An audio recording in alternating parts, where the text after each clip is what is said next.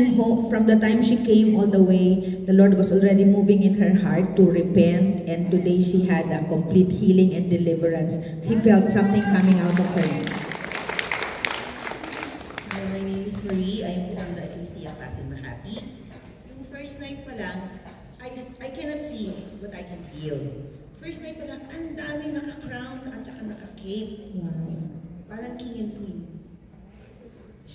She saw in a vision kings and priests and with the crowns. She saw a lot of men and women with crowns. So, amen. Good morning. My name is Rosario Pia from Caloocan Christian Church, Manila. Wow. Nakita ko kanina yung vision na habang nananalangin ako, nakapikit ako. Pero nakita ko yung liwanag sa paligid. Siguro may gagamitin ng Lord na para sa akin, kaya pinagpapasalamat kong nakarating kami dito ng ligtas. I thank the Lord that we were able to come, and while we were praying, I saw a very bright light in this place while we were praying. Amen. I don't know how to speak English. I'm come from Batok, Ilocos Norte. Sige lang po, ako po mag-i-English. Tagalogin nyo lang, okay lang po. Ura Ilocano. Uwan, mabalik. Dinisay ko kini ako nga umay dito maka-attend. Talaga nga, tapos lang yung budget. I was really tight with my budget, but I desired to come here today. Yung bakit yung marikit nagkasakit ka? Because I was feeling a lot of pain and sickness in my body. Ang subli-subli lang doktor. I've been going back and forth to the doctor. Ngayon, amok na niya ako Diyos na itong nakanyak dito. Diyos na, hindi kita kasakit ka tumawa din. Amok ka niya ako Diyos na magagas ka niya. I know the Lord healed me today.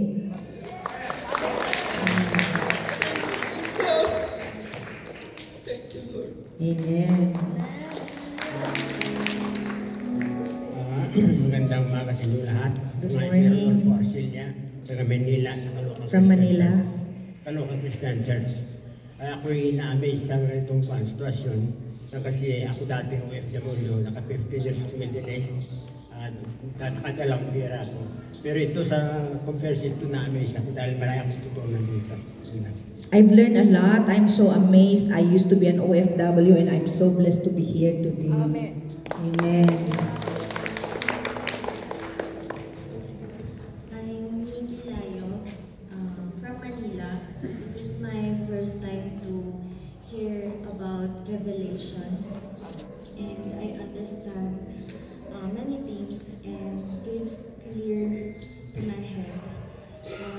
While praying a while ago, there is something heavy in my heart, and I don't usually cry when praying, but a while ago, I feel that I just need to release it, and when I release all the pain and my tears, I just feel very, very light, and there's peace over my body, and also I feel that I am already healed, because these past few months I'm always having a stomach pain and always vomiting.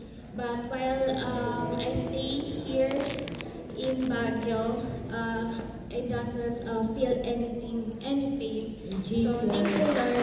Amen. I am Rosemary RC. I am with my parents. We are invited here. So I am in the ministry. I'm in the medical missions ministry here in the Philippines. So we are helping the pioneering churches through medical mission. So we do sharing of the gospel, the lost souls. So what God imparted me just a while ago, while sitting up, I feel a very warm embrace. And God reminded me that all of us as a worker, one body of Christ, so we should busy with the Lord, not just in our ministry. He imparted me that this last of the last days, let's very tough, and let's all of us must be always an overcomer whatever happens, and let's worship. He's the only one audience, and we must worship the living God. So that's what he imparted me while I'm sitting there. So tears flooded in my eyes, and I'm again reminded that I should worship only the living God. Yes, amen. Hi, John Gomez. I'm from Manila. It was also my first time to hear the revelation.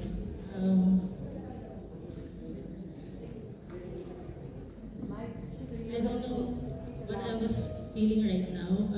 It feels like my heart is going to burst. And Amen. Puno-puno ng kagalakan. yes. Thank you, Lord.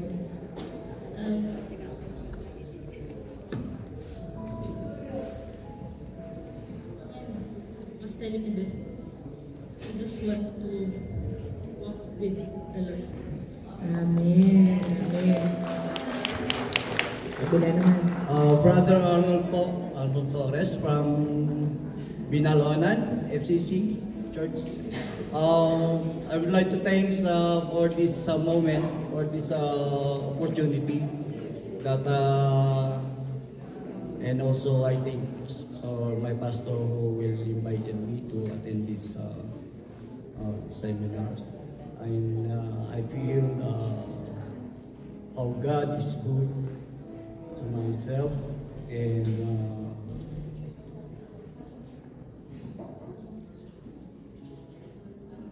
I surrender all my sins to God to change my life. Amen. And also I'm coming in Pangasinan to encourage my family. Amen.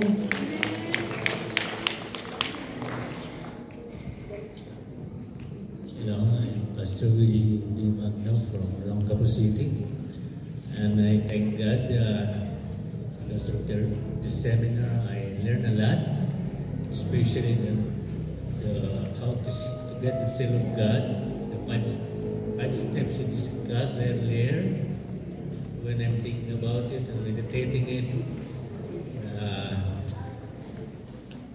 my conclusion, I will become blameless without doing any more lies, something like that. And I'm thinking about all the transactions and everything. Because number 2, number 3, you don't need to give an audience to the word and look on Jesus. So it's a really hard thing to do, to every Christian to do it. But I thank God we need to decide that thing if you want to get the seal of God and to have a successful and fruitful ministry, especially to the preachers.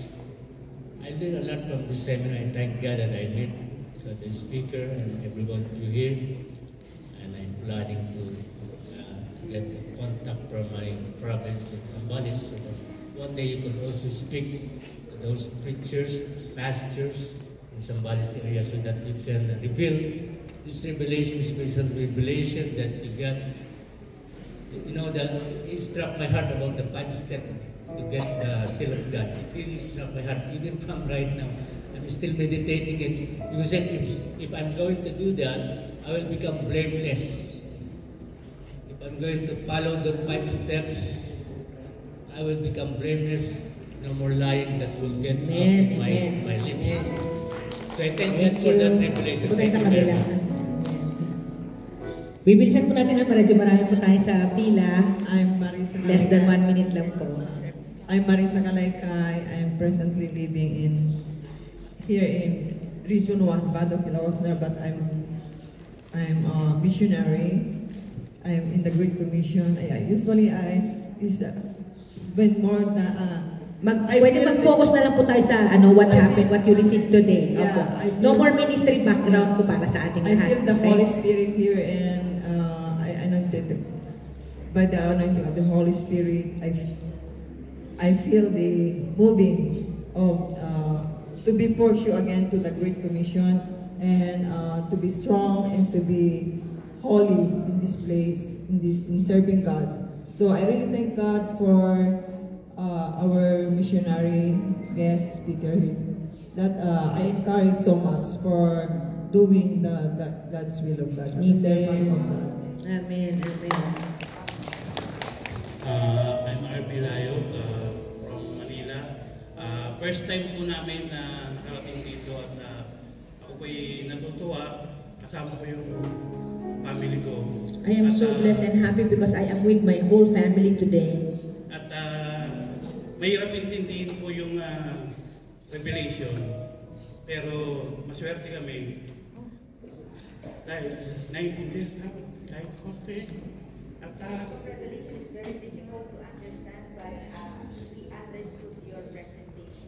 At nagpapasalamat po ako kay Minister Doktora Sara.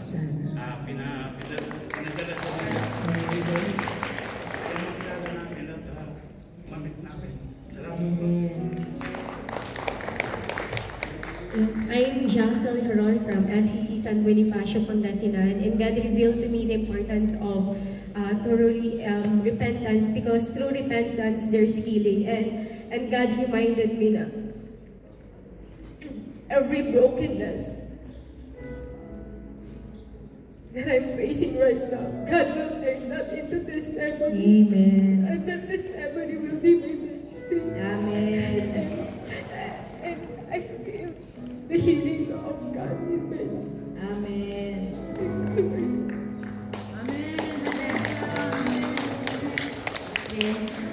I am Magdalena Antil.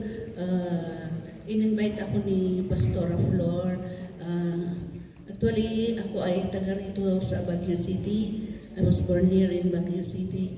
And I am so blessed na nakarating ako dito sa conference na ito. Kanina po ay talagang na-bless po ako at nakakita ako ng liwanag sa aking harapan. I was so blessed because I also saw very bright light shine. Blessed ako ni Lord at hinil niya lahat ng aking problema, ng aking mga sakit. And thank you, Lord. I received healing also. I am Carol Sina from Jesus Our Savior in Ilocos Norte. While we were singing, worshiping God, I felt somebody touch my head twice. So I looked back. Did you touch my head? I said, no, she said. So I know it's the Holy Spirit touching my head. Yeah. And while we were praying, kneeling a while ago, I was shaking, then crying a lot, asking for total forgiveness. Then I just saw a big feet in front. I know it's God. So thank you, Jesus. Amen.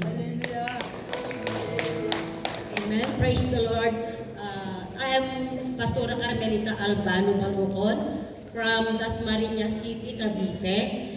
While I'm kneeling here in front, I feel the world from head down to my toes, and my hands is trembling and they're sweating cold. Then while I'm praising again, I have seen a white shadow in my eyes, and then my ears are closed.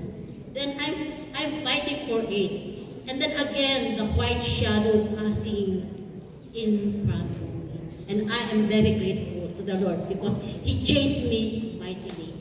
Amen. Yes. Kanina, masama ang pakiramdam ko, pero ako lang yata ang itang testimony kasi habang nangungusap ang Panginoon sa akin, sabi niya, nabalik sa akin yung buhay ni Noah, nang ginawa niya yung years, 150 years, yung ark ni Noah. So, anong ibig sabihin, Lord, ayoko, pero parang hindi ko na kaya yung 120 kasi lagi kong binabanggit sa buhay ko yung 120 years ako na susunod ako sa pangako ng tatay ko na abutin niya yung 120 pero hanggang 114 lang siya. So, ako ang tutuloy. Pero kanina, sabi ng Panginoon, humble yourself, humble yourself. Sabi ko, Lord, thank you. Magaling na rin ako. Kaya sabi ko, kung ano man ang purpose mo, Lord, go. Sabi ko ba ito, Lord? Sabi ng Panginoon, go until. Kaya, hindi ko alam. Kasi tinanggihan ko. Minsan kasi may pagkasutil ako. I am 68 years old now. Pero, yung 2 times ako nakuma, 16 hours lang. The huli is 27 years ako. Nakuma ako 16 hours. So, nakarating ako. Sa totoo lang, nakarating ako na karya from pray ng Panginoon. Yes. Amen. Thank you, Lord, for the healing. Amen. Si CM Trinidad, under the pagkuksong pagkalumpuri ng Panginoon. Hallelujah. Thank you for the healing, Lord. Praise the Lord for such a time like this. Actually, while we are worshiping, and you said those who want to die for Christ, come forward. I hesitate to come, but the Word of God, the conviction of the Spirit, come, my child, in front. Demonstrate that you're willing to die for me. And then when I'm feeling down, I said, I repent, Father God. I know that there are shortcomings because I'm overwhelmed of the challenges of life and in the ministry. But I surrender everything to you. And he said, I love you. The word reminded me, because that's my experience, intimacy with the Lord. And said, I always love you and never change. And I said, Lord, you're my strength. And then the Lord said, I will be your strength. And I always be with you. I never change. So as the Lord lead me into your will. So to God be the glory, because I'm not just shouting in front how many days, but while ago it was the Spirit of the living God come and show to them that you're willing to die for me. With the help of the Lord, I will able to do that. I said, only you can help me, Lord, to do your very will for God's glory. Amen. Amen. I'm Annabelle from Taguig. And I praise God while praying. A very powerful spirit pushed me to kneel down after I said to God that I am willing to give my life to Him. So praise the Lord. Good morning po sa inyong lahat. I'm Celine from Manila. Actually, kanina ganun din po, I was hesitating because I felt very unworthy. But when the prayer time started, I already cried. Bilis lang. And then, in like a vision, I saw the word that Jesus was saying. He was a gentleman. He won't force you. But He was inviting me personally to agree with the Holy Spirit to come forward. So it was very gentle and very loving. And here, it was amazing because I saw His feet. He was walking right in front, and then He touched my head, and then He drew a cross and put a white mantle over me. So I was like, He just said, believe by faith. Believe by faith. And I said, Lord, I'm very unworthy. And then he just reminded me of the verse, you did not choose me, but I chose you. Glory to God.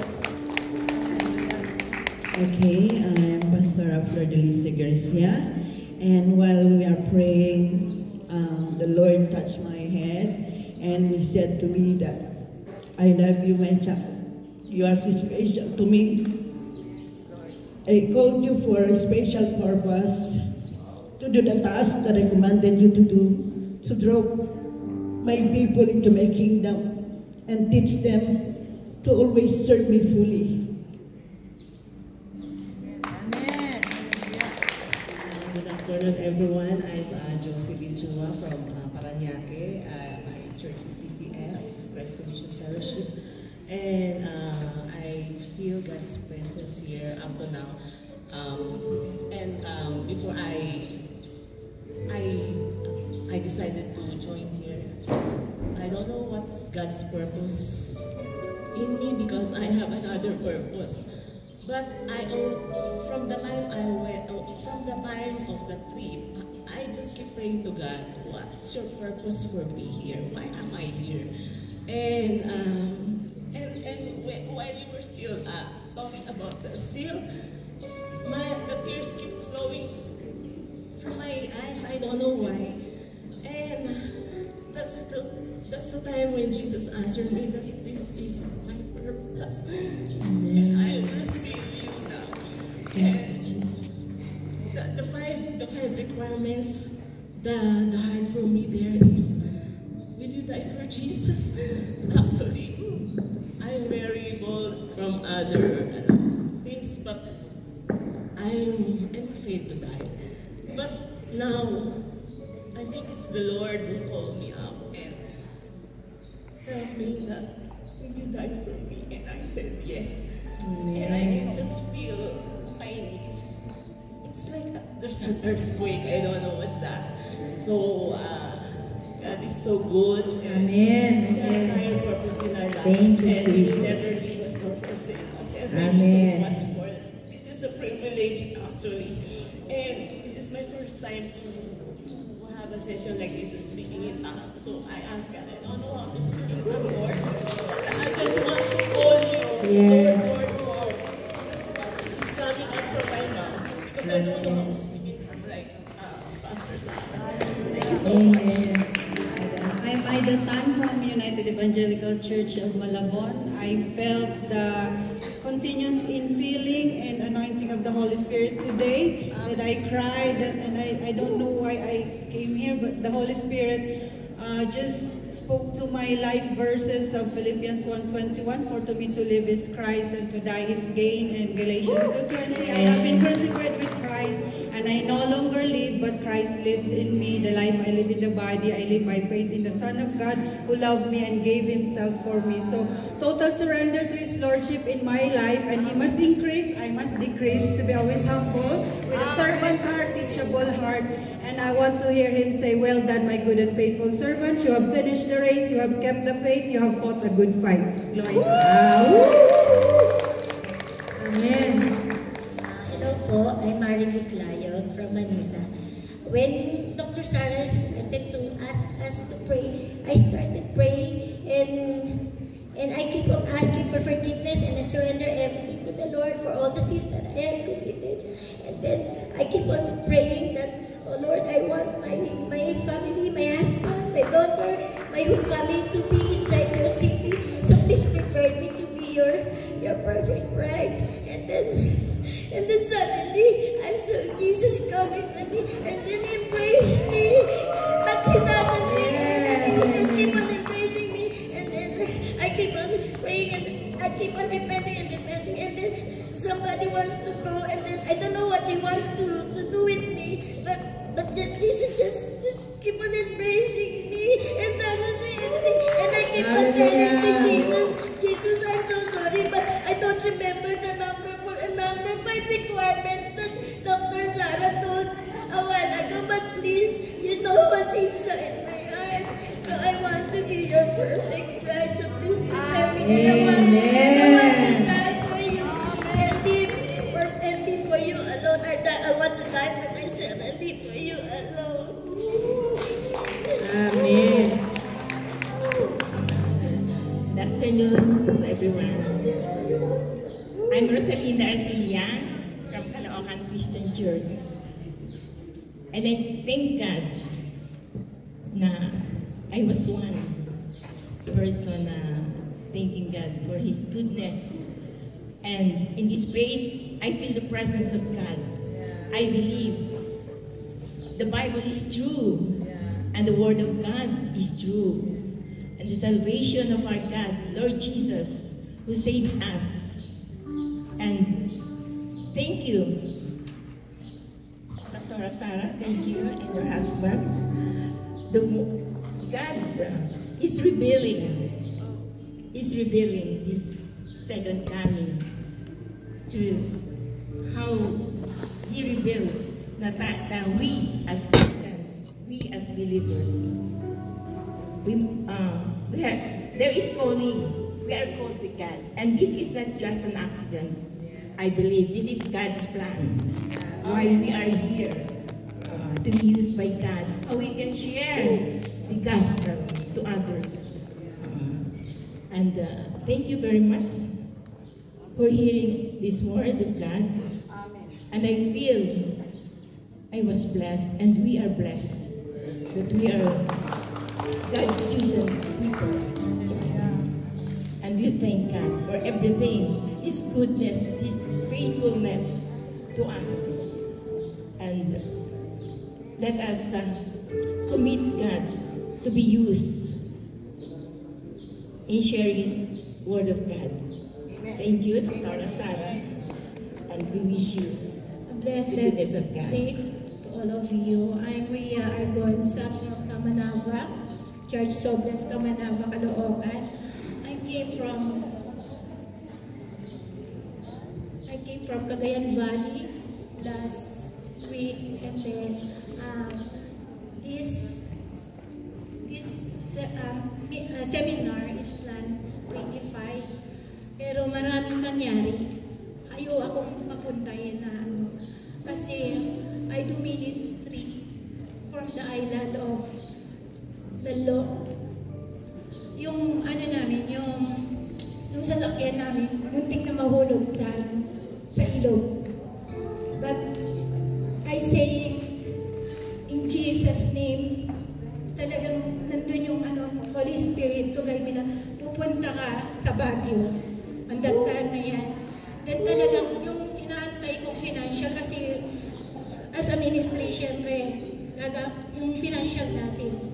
Hindi tayo pero God always provide. But my travel going here, maraming nangyari. Pero ang laging salita ng Panginoon sa akin, magtiwala ka sa akin. Huwag mo akong ikahiya na sabihin kung ano yung ginawa ko. Kaya nga po yung pagpunta ko po dito, talagang nandun yung takot ko kasi muntik na naman kaming mabangga ng Florida bus line kasi counterflow po siya. Then Lord, makakarating po ba ako sa seminary ako na on time? Pero talagang nandun yung delay ng pagpunta ko rito. Pero talagang glory to God na may plano pala ang Panginoon na bibigyan ako ng sasakyan ko na talagang yung safe na safe ako. Wala akong katabi. Talagang very special. Hanggang sa madaling araw nakapunta ako dito. And then yung kahapon, pag-arrive ko dito, inaantok ako. Then inano ako ni sister talaga. Then the Holy Spirit is spoken to me. Talagang nangungusap ang banal na Espiritu sa akin na do the ministry, huwag mo akong kahiya. Ipro-provide ko lahat. Yes. Talagang umiiyak ako kasi I thank the Lord that I was able to come even though I met a lot of almost a car accident, but the Lord made a way for me to be here, and I will no longer be afraid. I will be bold for and then yesterday, my daughter texted me that my youngest is vomiting and talagang nilalagnat siya. Then I always pray to Jesus na, Lord, I'm here. I know, pagalingin mo this time yung anak ko. Talagang answered prayer. Yeah, my daughter was sick, but I prayed for her today, and now she is healed. Ready to die from Amen. Thank you, Jesus. Amen. Thank you. Naimbag nga aldaw tayo aming kakapsat. Good morning, everyone. Chef ni Julia Bayani from Bintar, Ilocos Norte. Idirabi kakapsat ket nagtagtaga inepak nga at iti may kwartumi nga nang agas kanya. Last night I had a dream when I was asleep that someone came and healed my sickness. Ngamjak nakita kakapsat ko asino di dyan. I did not saw who it was. Ket itay imayak iti nagpasango kakapsat ket talaga nga ipakit nakita nga ada iti nakaranran niya iti sangok ken but as I came kneeling down, I saw someone very bright here in front of me. Di kakabsat ket talaga nga inigaman na dito, inapurusan na dito iti netupit. And touch my neck. Agyaman ang apo inagasan na. And I just begin to thank the Lord. Thank you for my healing. Amen. I can receive it completely in Jesus' name. Amen. I'm Sister Abe from Pangasinan, and I'm so happy and blessed to be part of this seminar. And when Dr. Sarah said, if you want to die Jesus, come here in front and pray, sabi niya. And then when I come here, I bow myself face on the ground, and I fervently pray to the Lord that the repentance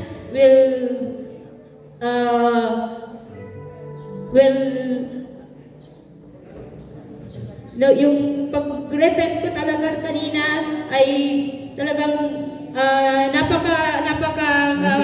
sabay na dahil alam ko, I know in myself that I'm still doing not good in the presence of God, but kanina po nararamdaman ko the touch of the Holy Spirit, and when Dr. Sarah said, go back to your place, and she declared that he's say 46 people na nagkaroon po ng seal dyan, and I feel called in myself, and I know that I claim that I am one of that, and now I am empowered to share the Word of God. Amen. As a teacher, I am empowered now, and I am ready that all the teachings, all the learnings that I have here, the Dr. Sarah impart to us is now I am ready to share it with the people around me, and I'm so blessed, and God is so good to every one of us. Amen. Magandang hapon po sa lahat. Ako po ay si Janet Lenyo Agtan, under to Jesus Our Savior, Ilocos Norte, Bintar. Ako po ay nagagalak at nagpapasalamat po ako dahil po nakarating po ako dito na maganda at yung mga tisalong at ipagyamanak kini po Diyos naka-attend ako iti dahito yung seminar kung karunaan na narignak iti by the Holy Spirit to touch me and they strengthen me para ma-build up yung pagtitiwala ko. Ang reveal ng Lord sa buhay ko ay mas more than po na mag-serve ako and trusting to the Lord to as our Savior in my life and to stand and pray in God and use my life to surrender everything to our God. Thank you for Dr. Sarah for your grace and mercy by the Holy Spirit and the power. I believe, I feel the Holy Spirit there. Thank you very much and God bless you. Good afternoon po. I'm Chris Refuyo Palyarme. I'm actually from River of God, no? It's a Shangri-La. First of all, coming here was very difficult. I asked the Lord, sabi ko, Dad, do I need to go because I have so many, I'm busy, no? But the Lord just said, you go, just go. Even on the night before, I was still asking the Lord, sabi ni Lord, just go. I have a purpose for you there, okay? So I'm here, I'm here. So I'm so blessed. I'm really thankful for you and even the organizers po. Salamat and God bless you. And yesterday was yung nagbibigay, love gift. Right? Love offering. I was asking God. I told God, Lord, how much do I give? And then the Lord told me the amount, so I give it away. You know, you are planting, sabi ni Lord sa akin, you are planting a fertile land. Amen. Wag kang mag-ano, medyo yung budget, no? Yung binigay. Don't worry about the budget. And you know what? Pagdating ko sa bahay, glory to God. When I reach my arrived a room, somebody texted me, Chris, please call me. And then you know this lady, the Lord talked to her yesterday, the time that I'm giving the love during offering. offering time. You know, exacto, no? Grabe si Lord, amazing. She blessed me 25,000. Wow. Hallelujah. Yeah, walang sinabi yung binigay ko. Wala. As in, thank you. Glory to God. And, yes. Amen. Anyway, kanina naman, today, grabe, sabi ko, Lord, I'm unworthy. I'm not worthy. Itong seminar na sobrang blessed ako. And then the Lord, sabi ko, Lord, it's so easy to do this today, you know? Yung repenting, you know, it's so easy today. But you know, so sabi ko, Lord, I want this na tuloy-tuloy. It's so hard, but help me. And the Lord assured me, the Lord told me, yes, every day you will pass the test. I will empower you to follow that 5 steps. So that's the assurance of the Lord. Thank you, Jesus. Hallelujah. Yeah. The Lord is good. Amen. And one more thing, the Lord touched my heart and my mind. I know He healed me of the emotion and everything, you know, even my mind. So hallelujah. Thank you. God bless you. Amen.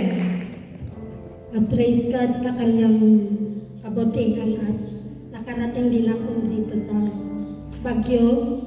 Siya ang nagbibigay ng kalakasan sa akin. Yes, I thank the Lord for the strength I was able to arrive in Baguio. May nag-provide sa akin ng pamasahe ko. Even my fare was provided. Sa kanyang kabutihan at nagpapalakas sa akin ng mga salita ng Diyos. Nagpapatibay sa akin. I was strengthened through the Word. Kabutihan. I thank God for His goodness. At yung mga goodness. salita ng Dr. Sara. I thank God for Dr. Thanks Sara. God. At siyang nagpapatuloy sa akin yung kanyang kalakasan na paglilingkod ko sa Panginoon. I will continue to serve the Lord. Amen. Amen. Hallelujah. Thank you, Lord. Ako si Jane from Bintar, Ilocos Norte, from JOS, Jesus Our Savior.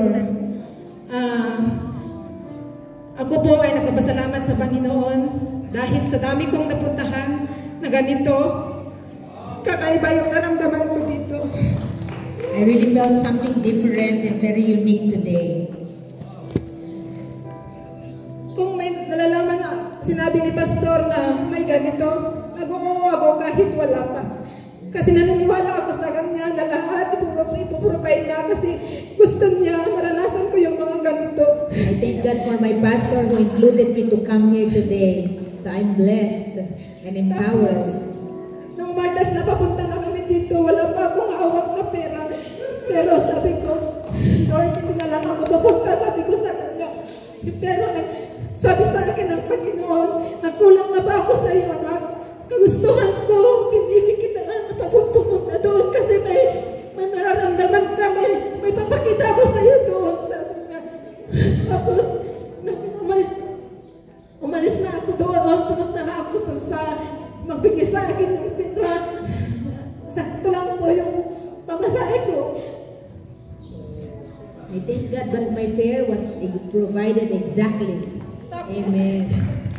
Tapos hindi ko alam, gagamitin na naman ng Panginoon kasi lahat ng pagpunta ko dito sa Baguio, totoo may ginagamit ng Panginoon para yung mga pamasahe ko, pagkain, maraming tao ang ginagamit ng Panginoon. At ngayon, kahapon, dito ko na talaga naramdaman nung umawit tayo ng dance, yung ng Sings My Song. Tumikit ako, tapos may humawak sa akin. Pinasyan ako dun sa heartbeat. While we were singing How Great Thou Art, somebody hold my hand and took me to the garden. Tapos, hindi nagtagal. Hinawakan niya yung kamay ko. Pumunta kami dun sa pinakamalaking bundok. And brought me also to the highest mountain. Pinakita niya. May nakita ako dun sa baba. Ang taas dun. Ang taas talaga yung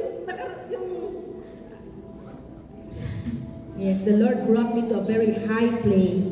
Nakita ko na yung impyerno. Pinakita sa akin. The Lord also showed me the hell. Kasi nakita ko yung mga apoy. Nandun ako sa taas. I saw a lot of fire. Hawak-hawak yung nakaputi yung kamay ko.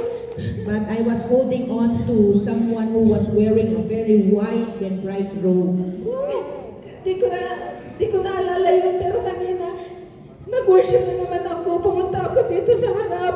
When I came here kneeling in the front and worshiping, when I was speaking in tongues.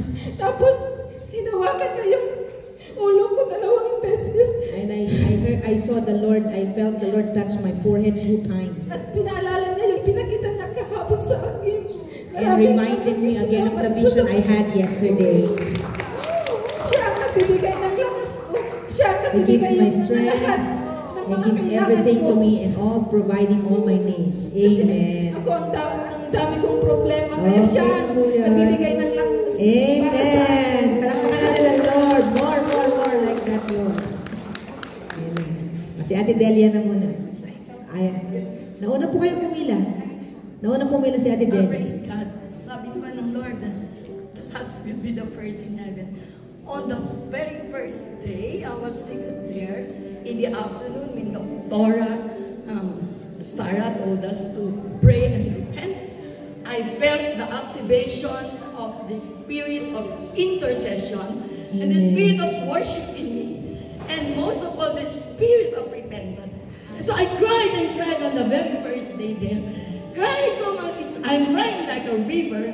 And the Lord showed me a vision of the wedding in heaven. And the Lord is waiting for the bride. And then I saw myself, I cried. I'm an infant. I cried. I cried and cried. Lord, I don't like to be an infant.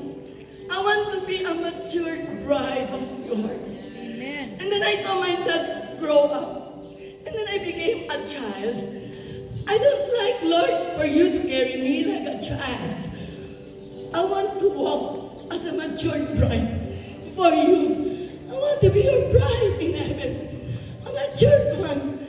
And then the Lord told me, I'm going to cleanse you mightily. I'm going to remove everything that is not from me. And I'm going to give you a white bridal gown. And then here comes Doctora. She shook my head 3 times. Oh, I felt it. I felt it.